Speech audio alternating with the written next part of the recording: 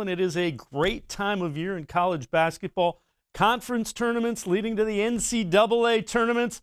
All of those things are on the mind of our next guest, Dennis Gates, head coach of the Cleveland State Vikings. Coach, I appreciate your time. Last time it was your birthday. You're joining us before conference tournament time. You're going to become known as a friend of the program. We appreciate it very much. Let's take a look at this year from your perspective.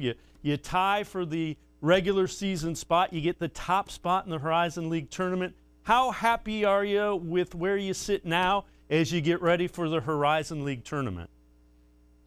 Well, I want to first say thank you for having me on and obviously discussing CSU men's basketball program.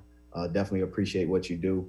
We're very excited about where we are, the progress that we have made. We're not by any means complacent. We're excited to get into the next phase of our season as we've just exited phase one, and that was regular season play. So we're very excited. Now, let's take a look back at some of the highlights from regular season play. A number of individual honors as the Horizon League named their superlatives. And, well, we'll take a look at the highlights of the season first. A 16-4 record. That's the most conference wins in program history. First time atop of the Horizon League since 2010, 2011. And we'll get into some of the things there. Here is Coach of the Year. Coach, 2 years there, second year as part of the Coach of the Year in the Horizon League. Trey Gamillion, Defensive Player of the Year, has only been done 2 times in program history. Torrey Patton, a guy that transferred in his first team All-League. And you got 2 guys on the All-Defensive first team in addition to Trey Gamillion, the Defensive Player of the Year, Deontay Johnson. Very, very talented defensive big. Coach, I know the mindset is when you take care of business as a team, individual honors follow. I've heard you say that to me before. How happy are you that a lot of your players got some recognition league-wide? Well, it's great for our institution, great for our program to be recognized by the peers, our coaching peers, my coaching peers in that manner. I think our players were surprised and shocked. I tell them all the time, people are watching no matter what you think, no matter what you do. And that's a reward for their hard work, their focus, their level of play. And I truly believe, like you said, you win a game and you win a possible league championship. You put yourself in those discussions along the way. It's the byproduct of a team winning. Individual awards will come. You just don't know where and what direction they will be given. But our guys are humbled. I am humbled to receive such confidence from our peers in our conference. You've been there 2 years. You've been Coach of the Year a couple times. How does that happen? Who do you credit for that? I mean, you know, at some point in time, there's going to be a letdown where you're not the conference Coach of the Year. But who do you credit for that? Well, first, the opportunity. I think President Sands, Scott Garrett, the opportunity that they gave me and have given me here from that first phone call is very important, man. And whenever you can be a first-time head coach at an institution and get the vote of confidence from some unbelievable leaders, it gives you confidence to lead the program. So I want to thank them first and foremost. But none of this is possible. This award belongs to our program. It belongs to our institution. It speaks, you know, obviously about the level of connection our guys have and our core values. And they galvanized it within their competitive spirit. So it belongs to our players, our parents, and our staff. Those 3 elements are very important whenever this accolade comes about. Although there's one name etched on it, it should be shredded into several pieces and bear probably no less than 25 names. And my mentors, Leonard Hamilton and George Ravelin, those guys have consistently answered the call late night when I've been able to reach out and have the smallest question, and it belongs to them too.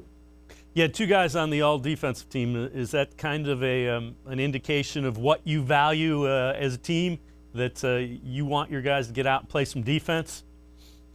Well, I'll tell you what, it's some great defenders, some great players in this conference, and some great coaches.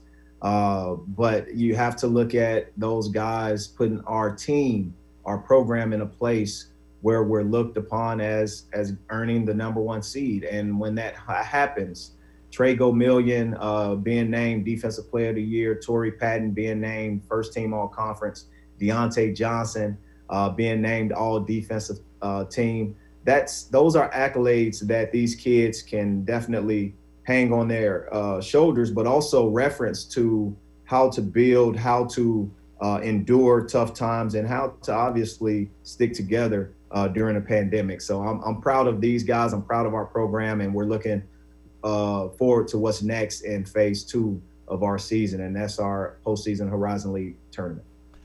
Tell me a little bit about Torrey. That's a guy that I know has kind of found his place in this program. What do you like about him? What did you see from him? What made you think he could be the contributor that he is?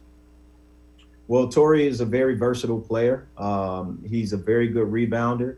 And I think, when you look at what he does, he just produces, man. He produces whatever his teams need to come out with a victory.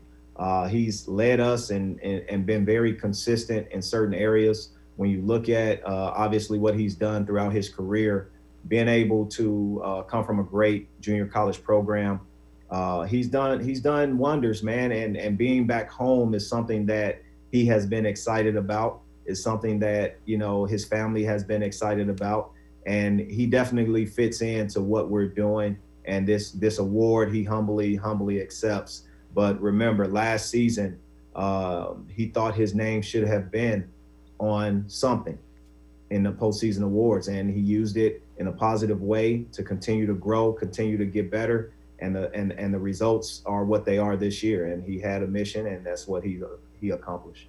Let's talk about that regular season finale. Needed to win that one to get that top spot and a share of the Horizon League championship. You're down in the second half by a couple of points, and you call the number of Jeremy Sanchez. Now, this is a guy that had only played 10 minutes all season long. Tell me about Jeremy, what you were looking for and what you got.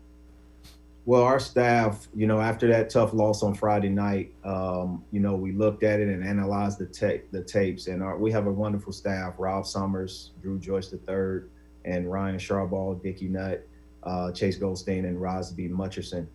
So we looked at the tape and was able to see what we were really missing. And at that point, our jolt of energy that we usually have, we had a little less of it. And for whatever reason it is, it comes back at that end of the year where you got to get through the bumps and bruises and have that spark. And our guys just wasn't having it at that moment.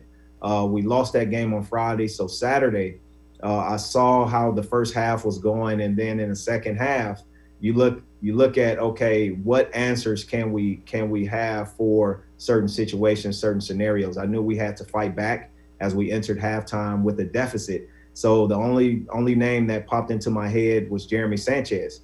He was a kid that started 9 games last year, played in 25 games total. And I knew he had the experience, he had the discipline of the moment, but I knew he would be ready. This season, he only had limited minutes. Obviously, we increased our depth, but he played 5 games total. And at that point, I wanted to offensive defensive sub to give us the energy and the spark that I knew his teammates would follow. I knew that his energy would be duplicated. I knew that his passion would be duplicated. And if we had to come back, there's no other person that in our program that we would have had entered the game at that moment but him. Deontay Johnson went down with an energy. With an injury, he is our energy guy, but his injury didn't allow him to move the way that we've normally had him. So Jeremy was ready, man, and he's definitely the MVP.